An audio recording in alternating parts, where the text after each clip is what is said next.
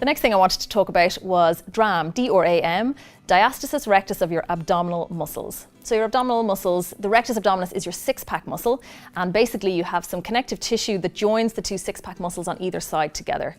Diastasis is where you get a gapping of this connective tissue.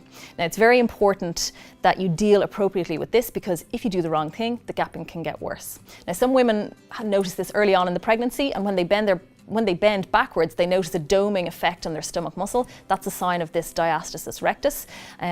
It can be a hormonal thing. Or as your bump gets bigger and bigger, if you have a particularly large bump, again, the weight of the bump pushing through the connective tissue can cause this gapping.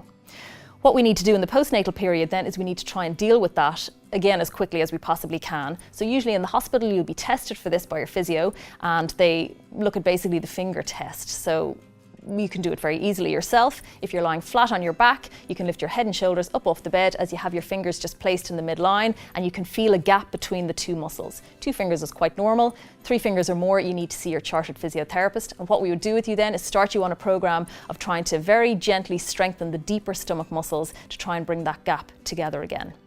It's really important to bear in mind with diastasis rectus that you do no sit-ups, no crunches, nothing like that in the early stages. A lot of people are trying to get the tummies back in the postnatal period, but it's very, very important that there's no sit-ups, no crunches, because this can really make the gapping worse.